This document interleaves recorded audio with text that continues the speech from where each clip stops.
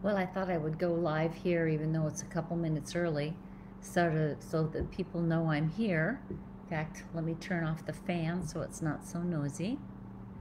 And as soon as you come on the screen, just let me know if you're there. Oh, I guess it's doing this thing where it's I don't know how to find get back to the dashboard. There we go. Maybe that takes me back. There we go. So I want to see comments if they come.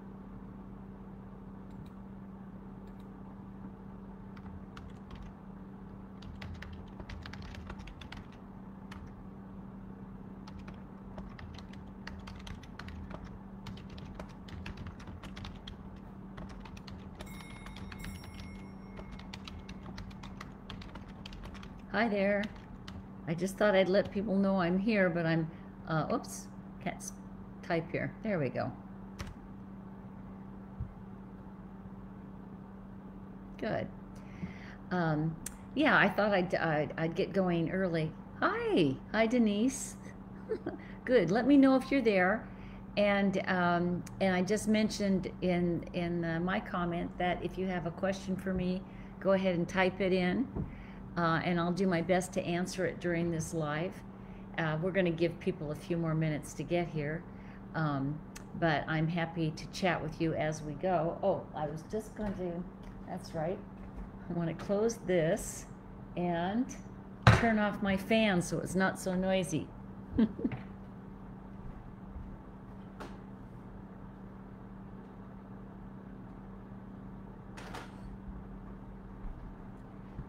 There we go. Now I'm back. So, I have a fan, but even so, it's a little chilly in here. Like you know how that is. Summer can be cold, even when it's hot outside. Air conditioning can get crazy. I don't have air conditioning actually, but what I have is a nice marine breezes, which keeps things keeps it pretty chilly at my house. So. Even though it's sunny out there. So what I'm going to do today, I'm Dr. Kathy Marshak, for those of you who don't know who I am. And if you want to send me a little text message here on Facebook to tell me where you're from or what you want to know something about, you go right ahead. I'll do my best to answer your question during the live if I have some time. This month's topic is I think it's pretty exciting. And like I said, I'm going to give people a little bit of time to get here, so we'll probably start over a few times. But the topic is for this month, for this coming month, for August, is about validation in Asperger Neurotypical relationships. And by the way, that's a big topic, by the way, and validation, affirmation, noticing us. These are all things that we sort of take for granted, that's just the way people are with each other. But it's not really what people actually do a lot, especially people on the spectrum. Oh, yeah, Denise, still trying to heal from a discard from my ex-Aspie boyfriend. Why is the trauma bond so strong with them? The love bombing, etc. She's using a term from the narcissism literature, by the way, so we can kind of chat about that for a second. One of the things that is often the case for people, hi Holly, people that are involved with someone on the spectrum, there's lots of different terminology, and the narcissism literature has been actually very useful because narcissists also lack empathy. But it's different. People on the spectrum do have the ability to do the right thing. They have the ability to use their conscience. The problem is that because they have a difficult time, almost an impossible time, understanding where we're coming from if we're not so explicit and on target with them, because they have such a difficult time, what happens is that they can lean toward the narcissistic side of things. And unfortunately, they can just walk away from a relationship without concern for how you feel about it. I mean, breaking up with anybody is not easy, but to do it in a cold and callous way is called a discard. It's like it makes you feel like you weren't anything. And so this is very relevant to this topic when you think about it. When we're talking about validations from others, this idea, it's not that you need validation to know who you are. You can still know who you are without validation. It's just that it's a part of interacting in the world that helps us continually reassess how we're doing. So we're constantly growing and changing, and validation is something that we look at other people and, are you hearing me? Do you understand me? It's like with me doing this live. It's not easy to know if I'm communicating well with all of you, or if you're hearing me, or if I'm using words that are familiar to you, because all I have is a little comment scrolling bar on this side, and you're not going to know. I'm not going to know if this is validating my perception or my presentation. So validation doesn't mean you're a needy person, or that you can't exist without the other person noticing you. It's just part and parcel of a healthy relationship. So since we have quite a few people here already, we might as well just get started for real. And I just mentioned that please make comments if you have a question for me, or if you're just validating me. I appreciate that, knowing that you're listening and you get it, and this is meaningful to you. So along this line, this month, like I said, is about validation and affirming, noticing us, the other part of the relationship, is very important to love. It's very important to friendship, to connection, to our sense of well-being. And all human beings need validation, even neurodiverse people, okay? Neurodiverse people need validation just like everybody else, but they're terrible at giving it. They have a problem with empathy, so they don't know when to step in and notice. Oh, Julie. She's joined us from New Zealand. Oh, and I don't know if she says she's in the UK or not. Well, she says hello from the UK, so maybe she's over there visiting. And Holly's from the UK, and Sarah's here. Nice. Okay. Oh, and there's somebody from Texas. Terrific. So let me just get started with this. I want you to understand about my group. I have a meetup group that has been, I started it 12 years ago when I published my first book. My first book was Going Over the Edge, that's the title, and that's about life with an adult on the autism spectrum. The second book was Out of Mind, Out of Sight, and it was really about parenting with a partner on the spectrum. Although those relationship issues are the same whether you're parenting or you don't have children or you've got grown children, you still need some kind of interaction that affirms that you make sense, that you exist, that you're of value to this other person. And I want you to, oh, okay, Julie, thank you. You're from New Zealand, but you live in the UK now. That's good. So the point is that in our group, which I formed, like I said, 12 years ago, I was wondering, I needed validation. I wrote a book about what it's like to be, I wrote a couple books about what it's like to be living in relationships with neurodiverse individuals or people on the autism spectrum. And I still wasn't sure, did anybody else share my experience? I certainly wrote about clients on the spectrum. I wrote about clients who have life with a partner on the spectrum, but that was still a population that was small.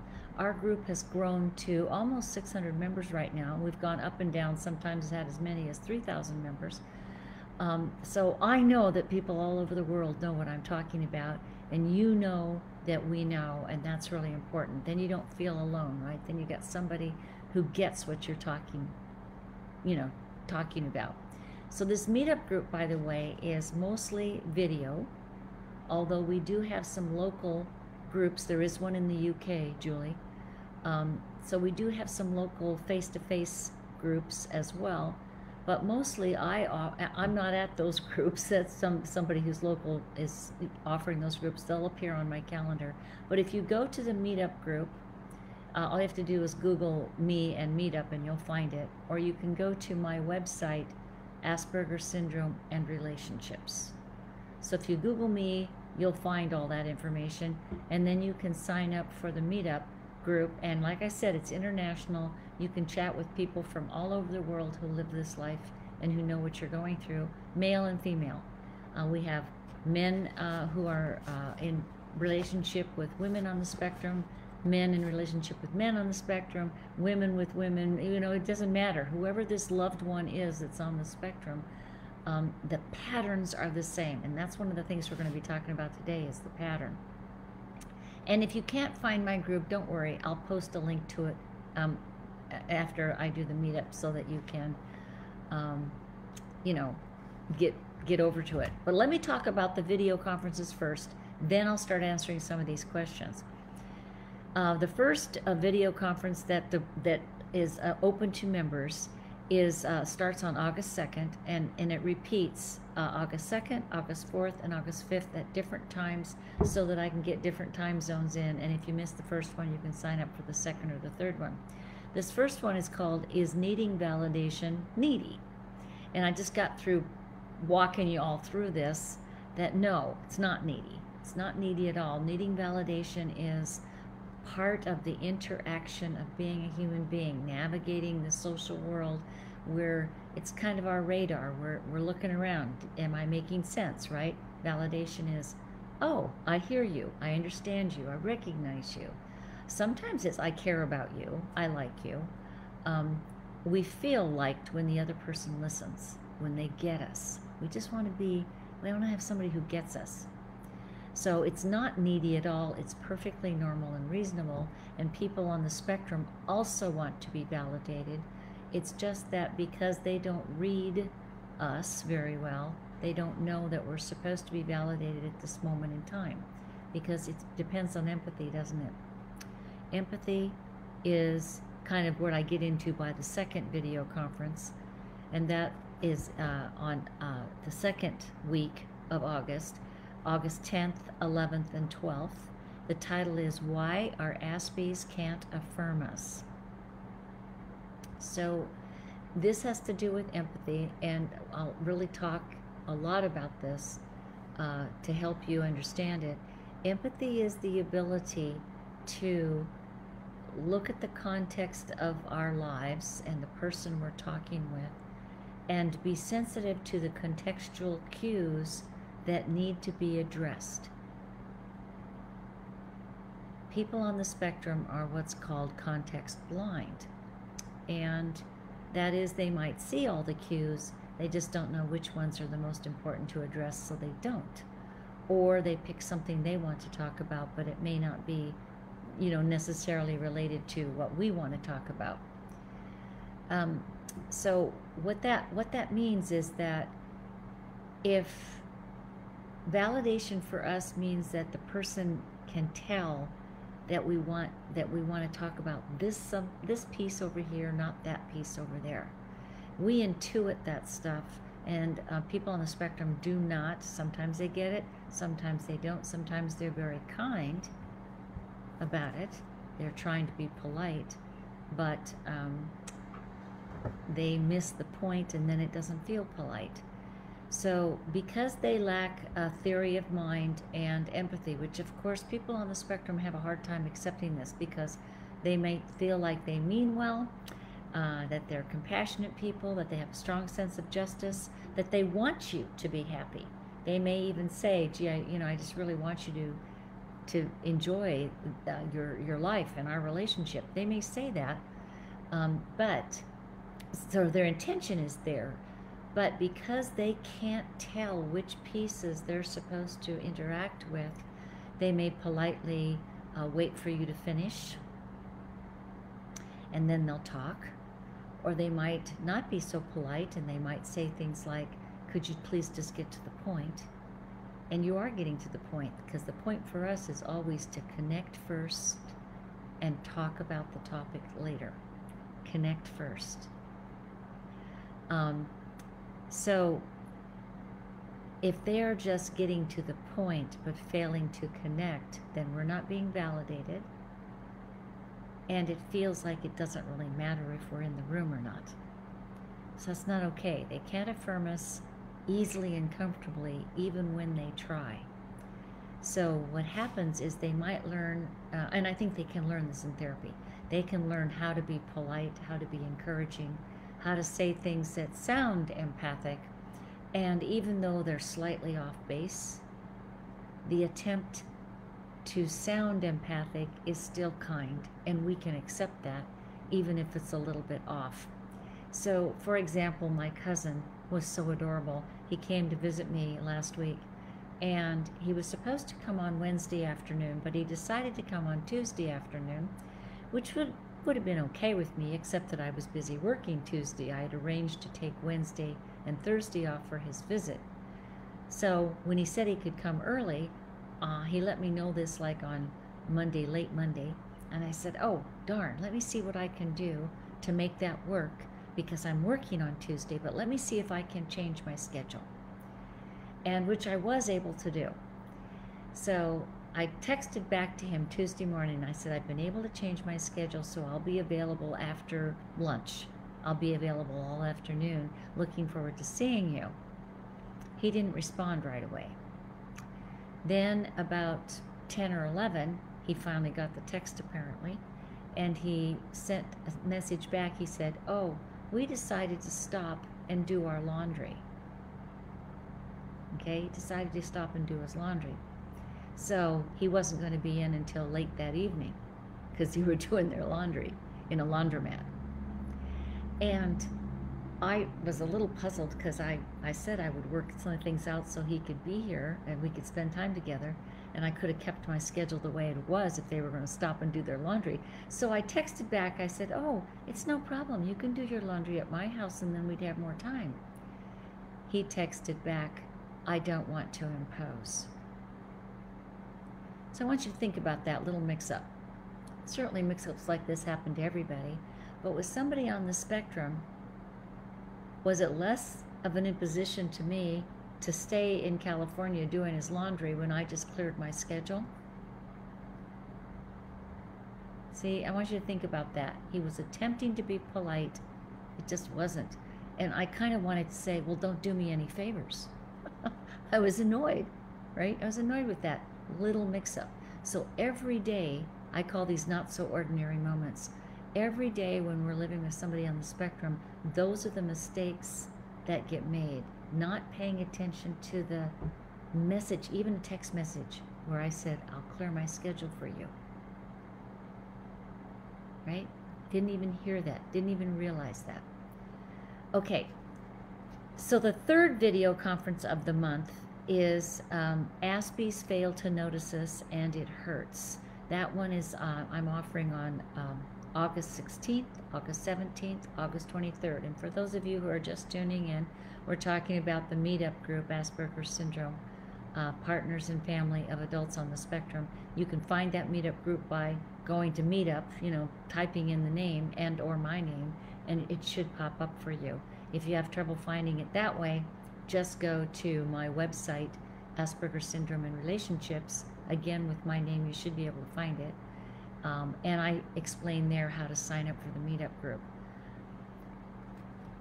So the third conference for the month of this topic, as we're talking about validation, is Aspies Fail to Notice Us and It Hurts. So this is, in a way, sort of another variation.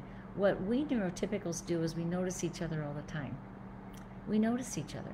We smile. Even if we don't say something, we lean in someone's direction. They walk into the room. We look over at them.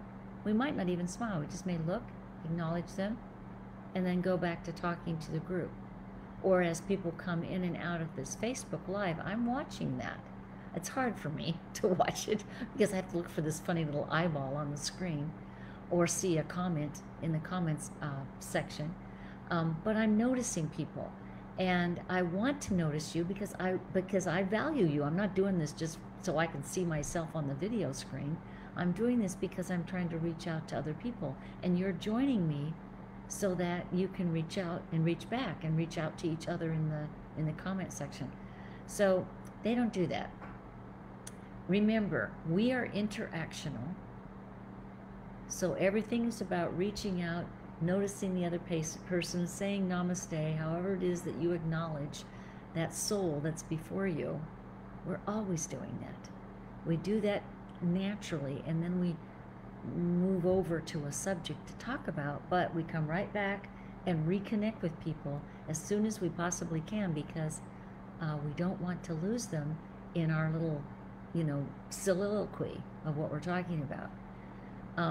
But people on the spectrum are focusing on the topic. They're transactional, so their goal is to get something accomplished. When you say, I kind of want to talk to you about, the fact that we haven't painted our house in 5 years and it's looking kind of shabby. And he or she is going to say something like, well, I don't have time to paint it this summer. And you're just wanting to open up the conversation, but the transactional person is looking for a conclusion. They're going to shut it down. They may offer to paint it, and you may not have wanted to paint it yet. You just wanted to talk about maybe what color we painted, or maybe we hire it done, or maybe we only do the front of the house this summer and we do the rest next year. Whatever, we're going to chat about it. We open up conversations to connect with the person first and get to the transaction later.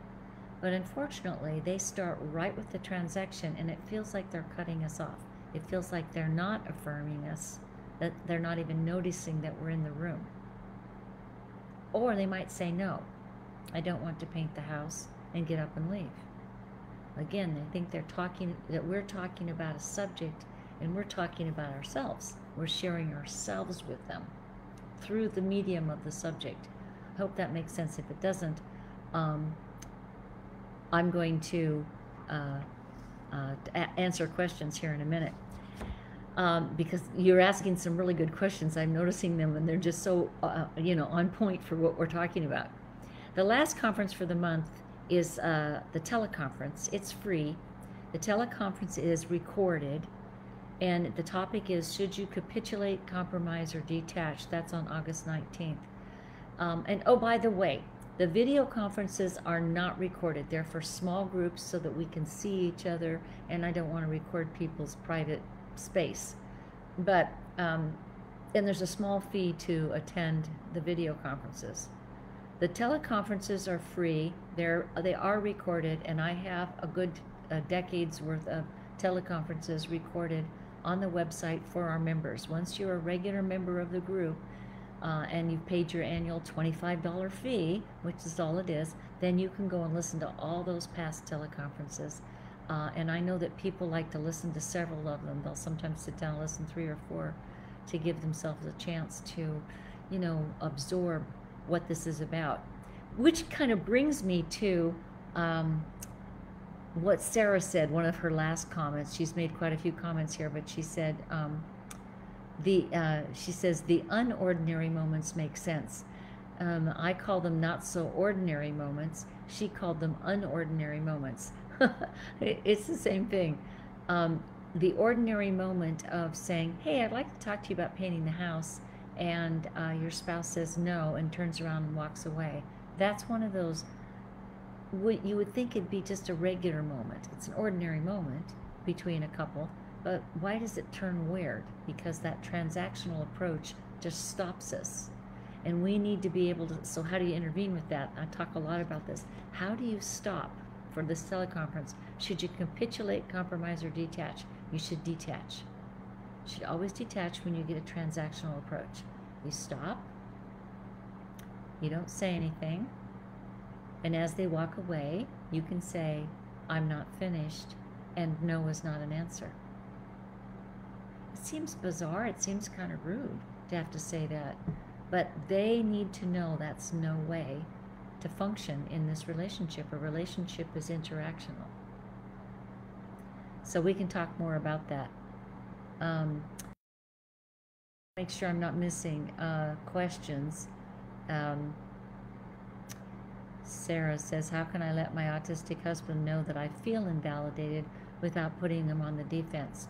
One of the problems with telling neurodiverse people how you feel is they kind of go, and your point is. So for us, when somebody tells us that they're feeling invalidated, oh my gosh, we're alarmed, sure, but we slow down and say, I'm sorry, I missed what you were saying, tell me again. See, I want to know what you're thinking. I don't want to do this all by myself. We reach back out and fix that. We repair that. Okay? For us, a feeling means that person has been ignored. Right? And since we're interactional people, we're going to acknowledge the person first and worry about getting the house painted later. Trying to explain that how important that is to your spouse is tough. On the other hand, they want to be validated too. So you could try saying, I know you like it when I notice that you're tired after work and I ask you if you just want to, rest, maybe listen to a little bit of music, and then I'll let you know when dinner's ready. I know you sort of appreciate me noticing that you need a break tonight and that I'll take care of things. And usually your spouse will say, well, yeah, I do like that. Okay, that's good. Then you can say, I need that as well. It makes me feel good when you notice me and notice that I need something. And when you don't notice me, I feel like wallpaper. I feel like a piece of furniture. You might be able to get through because they want the same thing. They just don't know they're supposed to get it. Now, typically they'll say something like, well, why didn't you tell me? Why didn't you tell me to notice you? And, it's like, we don't want to have to tell them to notice us, do we? We want them to notice us like we notice them. But they have a hard time with that. Let's see here if I've missed. Yes, very frustrating and lonely. Here's the problem. When we're not being noticed, when we're not being validated, when we're not being included in their world, we want to step into their world. We want to know what's going on inside of them. And often they say nothing. Nothing's going on. I'm not thinking anything. Nothing's bothering me. Which of course isn't true. What that really means is I don't know how to tell you. It's important for you to understand that. There's always something going on. We human beings are pretty complex. When he or she says, or they say, nothing's going on, it's not true. It means that they haven't had enough time to register your question, think through what's going on inside and up and down and up and down. They haven't had enough time then to come up with the right words for you. Sometimes they can tell you how they feel in an email, or if they've had a couple of minutes to think about it, they need processing time. So I wouldn't accept it when they say, I don't know. It's mostly like, I don't know how to do this talking thing. So therapy helps with that. They don't get faster, by the way. They don't get any faster at processing things. One of my clients years ago figured this out. He said, why is it that I have a 90-second delay when I'm talking with my wife? Why is it that I have a 90-second delay? And he was right. He had figured that out. And the why is autism. It's just, it is what it is. So there's some kind of disconnect between the emotional understanding, the intuitive emotional understanding, and the cognitive understanding, and it takes longer to get up there than it does down here. So we just get stuff. We go with it. If we're wrong, whoops, we back up, we fix it, we go over this way. So we're quite adept at doing the interactional thing, and they have to think about it, which is why they can be so good at work and do it all day at work, and when they come home they don't want to anymore, they're exhausted. So Julie says, thank you. Have you written any books or done any research on NT children growing up with ASD parents and siblings? That was me. my developing child brain was traumatized by this. I thought that I had something fundamentally wrong with me. Let's see here. Also, now have an AS husband. Well, of course you do. There's a lot of people on this call who grew up with autistic parents. Some know that they did. Some are just discovering it. My mother was on the spectrum. I married a man on the spectrum, and I adopted a daughter on the spectrum. And believe me, I get it, Julie, that for many, many years I thought something was wrong with me, right? I just kept trying to fit in with people that I couldn't fit in with because I wasn't anything like them. I was neurotypical. And even my sister is on the spectrum, or was. So I say was because she recently passed away. But the thing is, and she has a child on the spectrum herself. I'm sure these family members don't know this. If they're watching this video, this may be the first time they figured it out. But when children grow up with an autistic parent, they may feel the love for the parent. They may enjoy playing soccer in the backyard with their autistic parent. Both of them may like, blueberry muffins. But the problem is that affirmation, that noticing the person, that acknowledging that they have value, that's not easy. That's not easy for the autistic parent to do. And they may send those mixed messages that I love you, but I don't know who you are. So this is why validation is so important to children, if you think about it. A parent's job is to help that child know who they are, right? Come to terms with who they are, what their talents are, what they want to do with their lives. We chat with them about that. When my daughter was 2, we were in a resort area, and we were walking by an art gallery. And she's only 2, and she stopped and was just staring at the art at the window. And I looked at her and I said, "Do you want to go in there?" And she goes, "Yeah, I do." So we went into the art gallery, and she was mesmerized by every piece. Painting, sculpture, jewelry. She was fascinated. And I just had this way she looked at it, So of course, I encouraged her in the arts every chance I could get because it seemed like it was her interest. She loved to draw, and her favorite place was galleries and libraries. And she's got autism, so it sort of makes sense. But the thing is, if we don't affirm our children, then they get a little confused about it, right? They wonder. And it is traumatizing. So what Julie is saying is important. It's very traumatizing.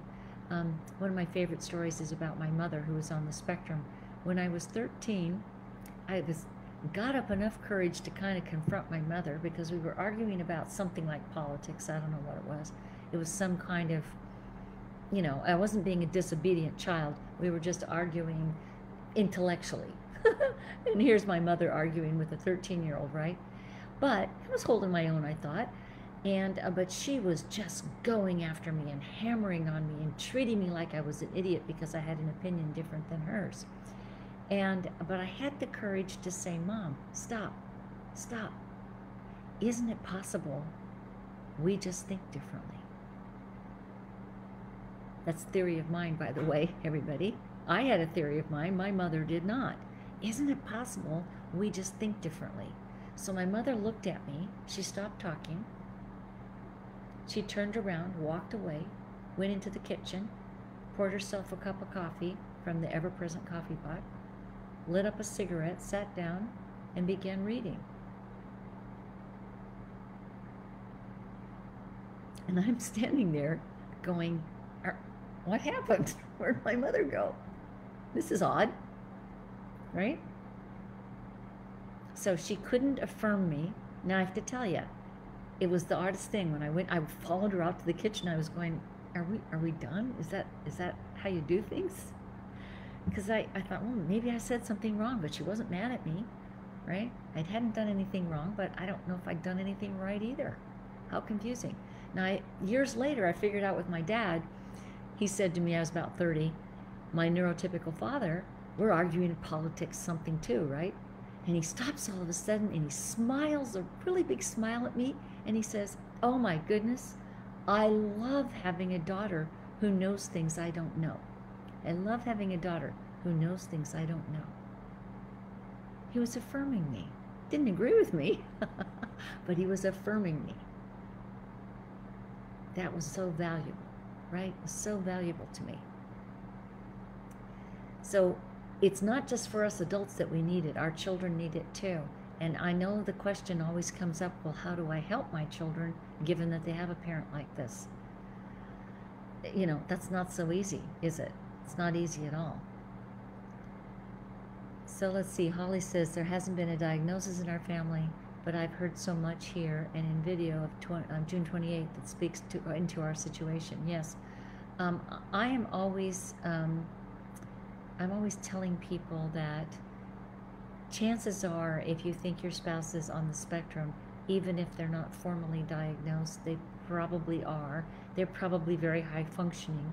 And even if they don't get a diagnosis, that doesn't mean you can't still interact knowing these principles. You can still function as if this person that you love does not have a theory of mind, has context blindness, doesn't have the empathy to know when to reach in and talk to you about something and when to let it go. So there's these limitations, but if they love you and you're firm and neutral, that's the detaching part. It's like with my mother when I said, Mom, stop. Isn't it possible we just think differently? You know, what I was doing was staying neutral in a way, but firm. It's like, no, don't push me like that. I could have said that.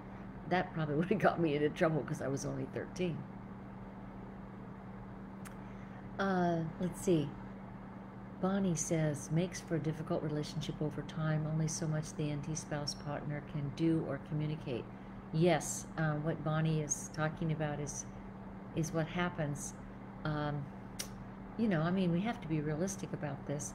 Just because your partner, it might be a good person, or your parent, or whoever we're talking about, even your grown child, even if they're a good person, there's only so much you can talk about, because you want to share your inner experience. You want to invite them into your inner experience, and they're just not doing it, right? So then you end up being just as transactional as they are, right? Then you end up having fairly limited conversations about stuff, and you go spend time with your friends or do something creative. It made me, you know, go crazy. I was falling downstairs and breaking bones and backing my car into telephone poles. I was so stressed by being surrounded by people who never talked with me about us that it really was not good for me.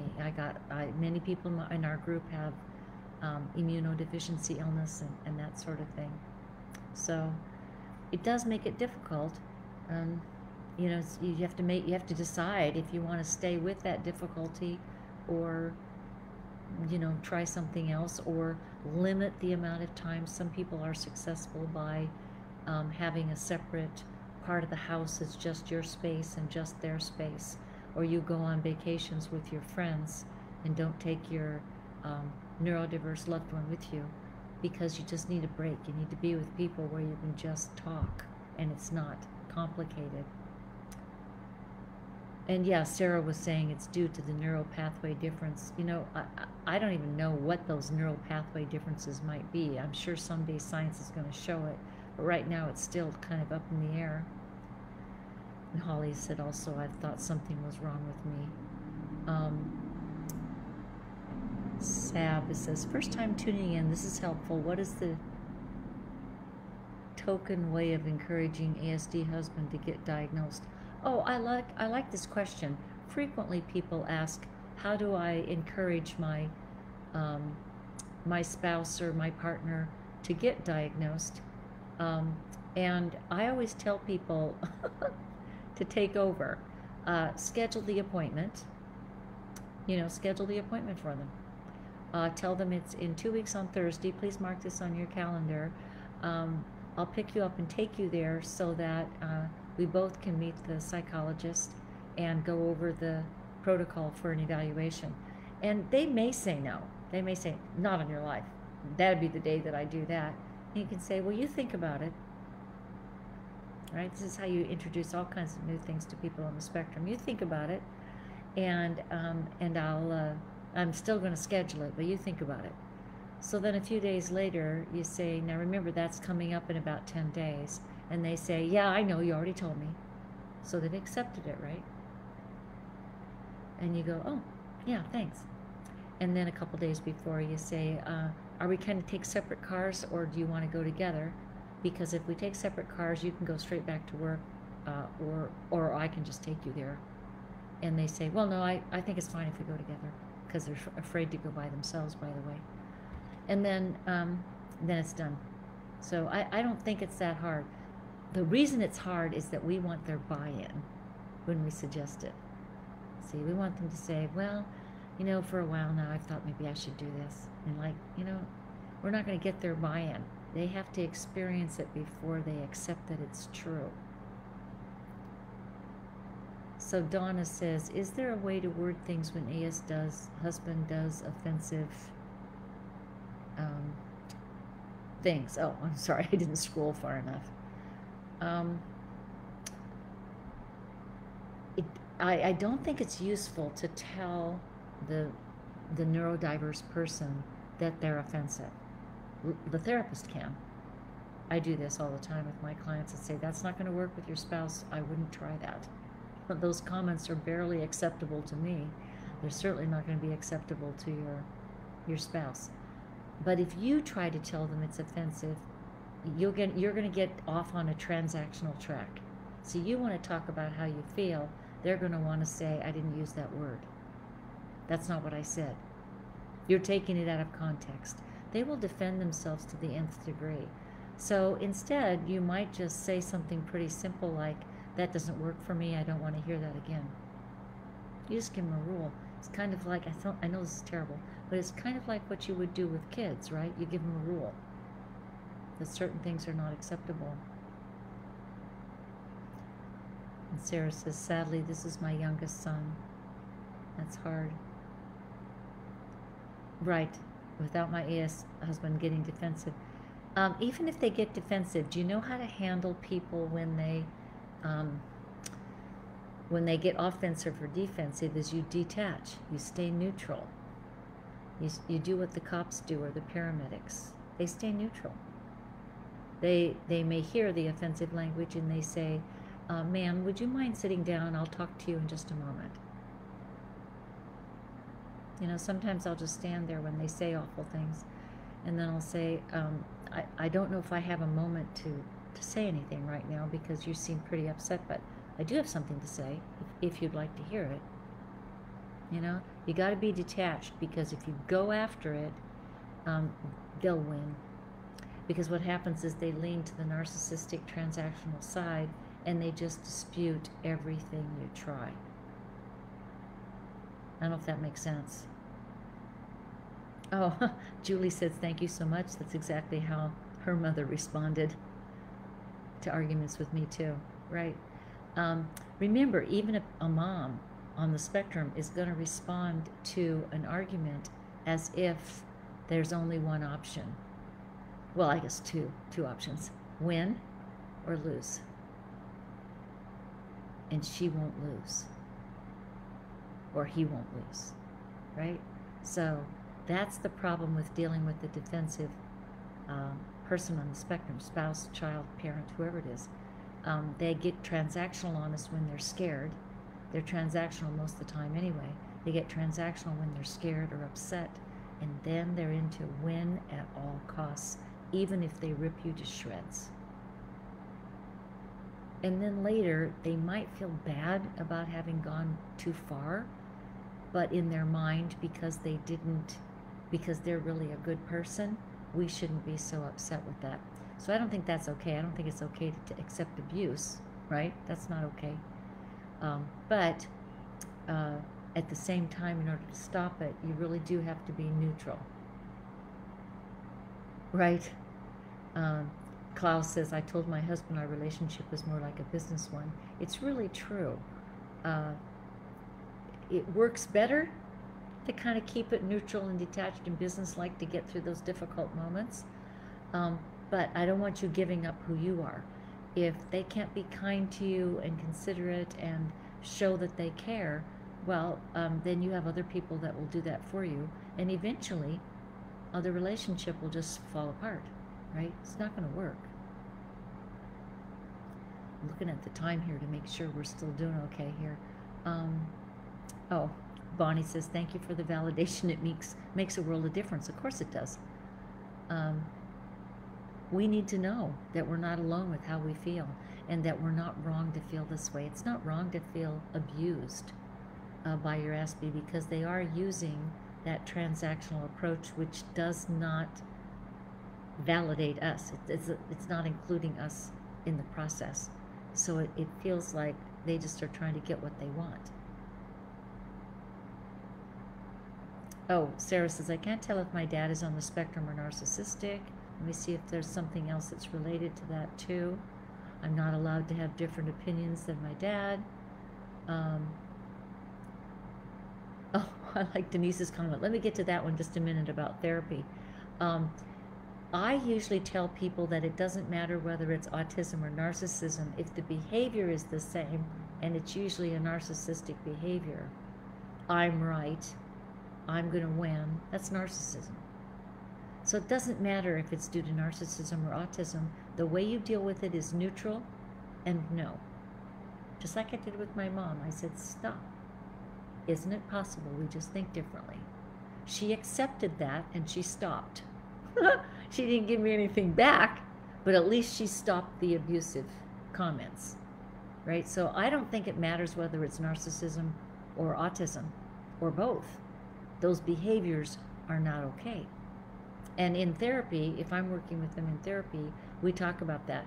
So this leads into Denise's question. Seems like therapy is just a tool to help them mask better. It's never going to be heartfelt with them, correct? You can teach them to react differently, but they won't actually feel the differences. But they won't actually feel the differences, do they? I'm not sure. I'm reading too fast. So, sorry, Denise. You're partly right. Therapy is sort of a tool to teach them to mask. I do teach them socially appropriate behaviors. I call it coaching. Now the problem is they've been masking inappropriately. They've made decisions about how to behave like a person based on their notion of what the truth is, and they're wrong. So when my cousin said that he didn't want to impose by doing his laundry at my house, that's masking behavior. He heard that somewhere. He used it. It wasn't appropriate. It's subtle sometimes. So that masking behavior probably cuts it with a lot of people who would say, well, he should know better than to do it with a cousin who knows, who's a psychologist and knows about neurodiversity and neurodivergent relationships, but he wasn't tracking that part. I don't want to impose is a clear masking comment that's not appropriate. If he was paying attention, it was imposing to stand me up when I cleared my schedule for him.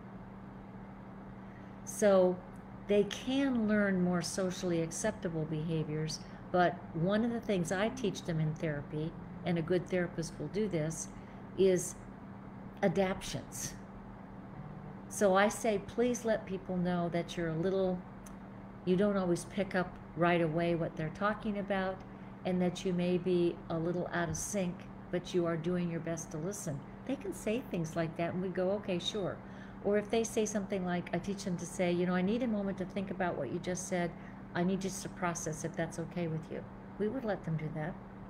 We're going to let them process, right? And if they're bold enough to even say, I'm on the autism spectrum, so I may seem a little goofy and out of step. Hope you don't mind. Boy, we would accept that too. We're okay with that, right? But back to the second part of what Denise is saying, do they feel it in their heart? Do they get what it is? And I'm going to have to say no, because they don't have empathy. So they don't get how very vital it is for us to be seen and acknowledged and affirmed first. They may practice some behaviors to do that because I tell them it's important, or their partner or mom or sister or whoever's talking to them has told them this is important for me. They'll do it, but they won't feel the joy we feel when we connect with somebody and they feel affirmed. It's just like people on this call saying, wow, this is validating for me. That makes me feel good, right? I'm happy you're feeling validated, and I feel validated. It's a win-win. That's what we go for. We go for win-win. It's exciting to have a win-win.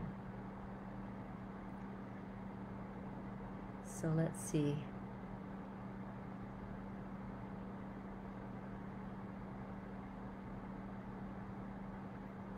Oh yeah, what Sarah mentioned here about normal neuro, she says science shows that normal neural pathway pruning does not happen in autistic brains. To some extent that's true. We still aren't sure if that means anything though. But they often will have more neurons than the average brain. But we're not supposed to have more than the average.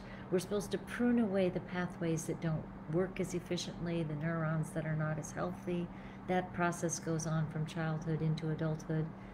And apparently it's not as efficient in their brains. It's hard to say what that really means though, Sarah. Let's see, Donna says, we have what I consider shallow conversations. I'm not sure what we will talk about once my husband retires, as that is mostly what he talks about. Okay, right.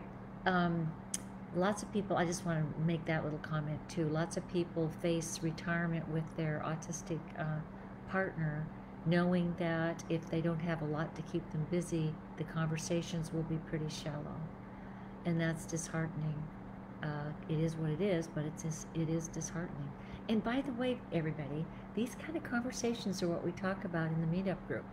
I post a subject, like the subject is needing validation, needy, or why our Aspies can't affirm us, or how to deal with our anger in these relationships. I've got lots of different topics that we talk about in our small groups, but inevitably what we get is somebody checking something out with the other people in the group. They'll say, I don't know if this ever happens to you, and then everybody says, oh yeah, yes it does. So these are the kinds of questions that come up in the meetup group and need to be talked about more than once a month at a Facebook Live.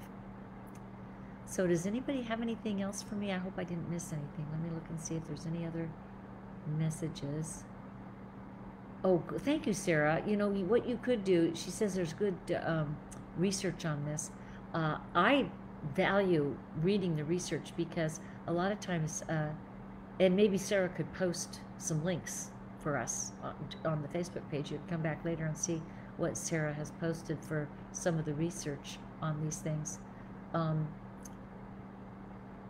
The value of reading research isn't so much because you're a science geek or something like that. It helps me make sense of who I'm dealing with, right? When this client of mine said the 90-second delay, it like rang in my head that, well, shoot, we've known that about autistic children for a long time. And it's more than 90 seconds for many of them. We've known that. Why weren't we using that in therapy? Why weren't we helping people understand that he's sitting there politely listening to you, but not comprehending what you're saying? Why haven't we used that in our practical everyday lives? So research is supposed to lead to that, but by the time that research gets into practical practice, you and I'll be dead, and you guys will be all little old people. So I think reading research is really helpful.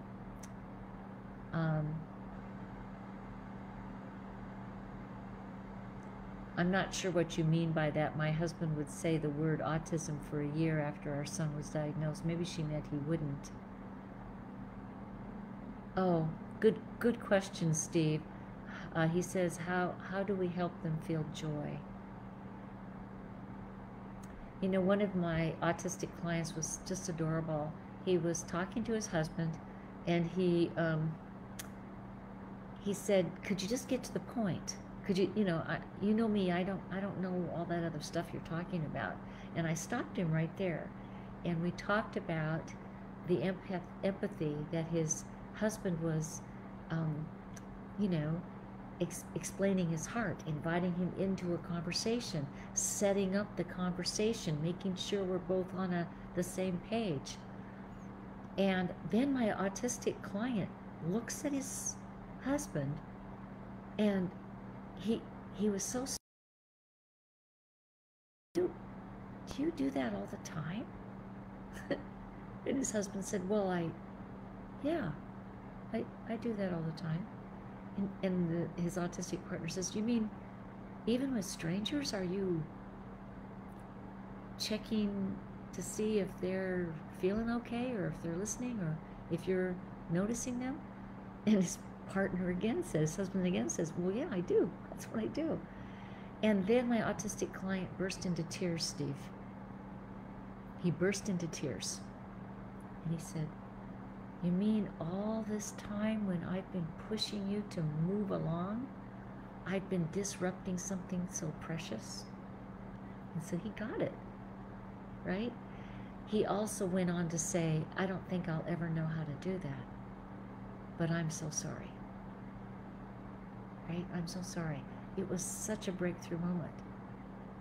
So, I don't know if that answers your question about how to get them to feel joy, but how to get them to feel, yes, they can. But we have to work with the 90-second delay. We have to work with the, the mind blindness, the context blindness, the lack of empathy. We have to work around that stuff. But deep down inside, I have to tell you, if you love that person, they probably have what it takes to do better. Let's see here. Holly is saying, this is so comforting. Oh, you're welcome. Thank you. One of the things that's important is to take care of ourselves. So that's what that's about.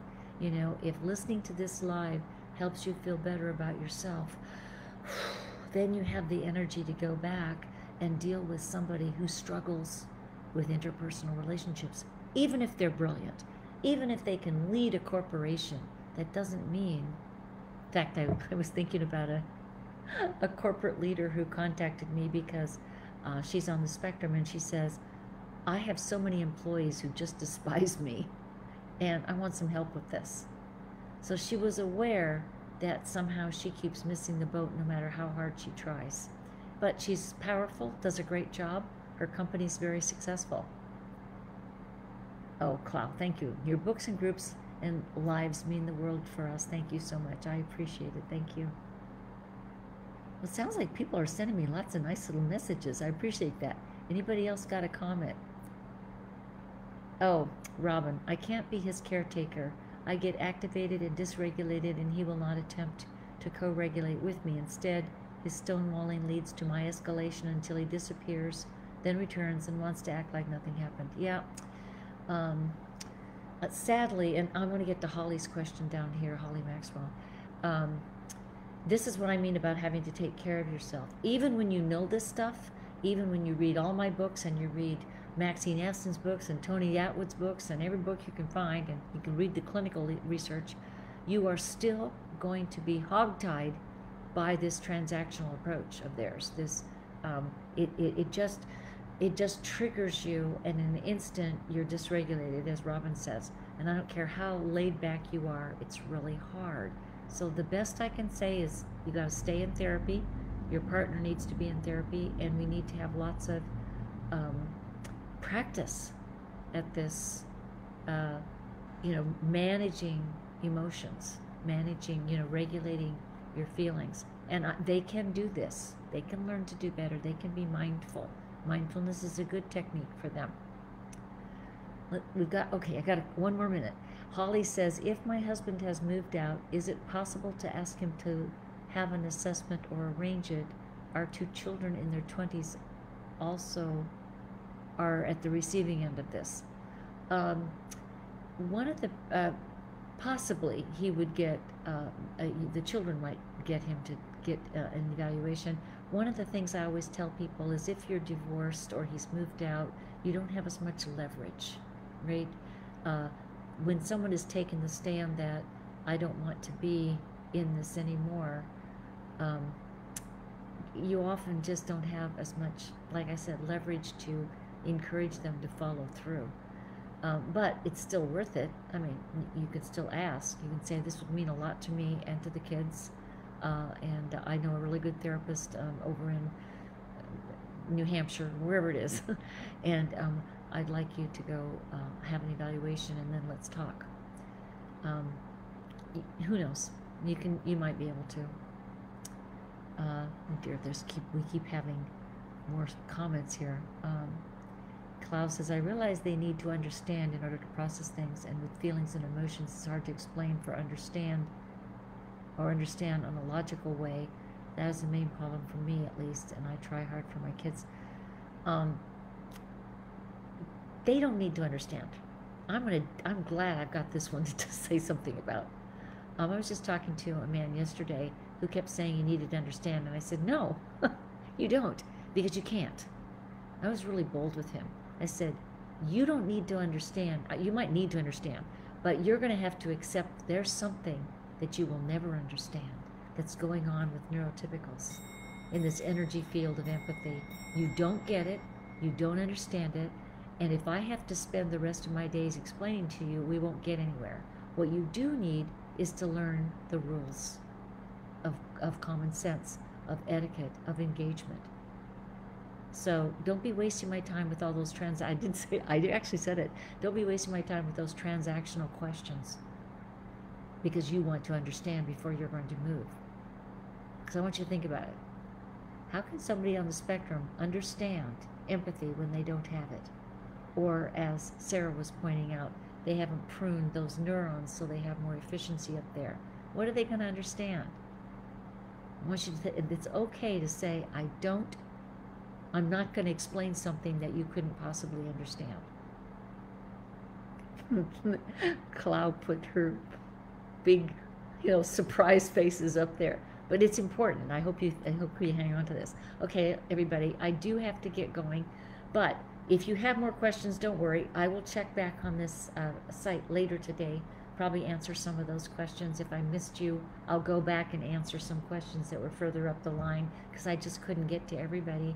And feel free to also text me on Facebook. You can use the messenger service there, and I will try to respond. If not, come join our meetup group. Come join the group, sit and chat with us, and learn from us, and teach us things, because you guys have tools, right? You have tools. You can do this. All right, take care, everybody. Bye-bye.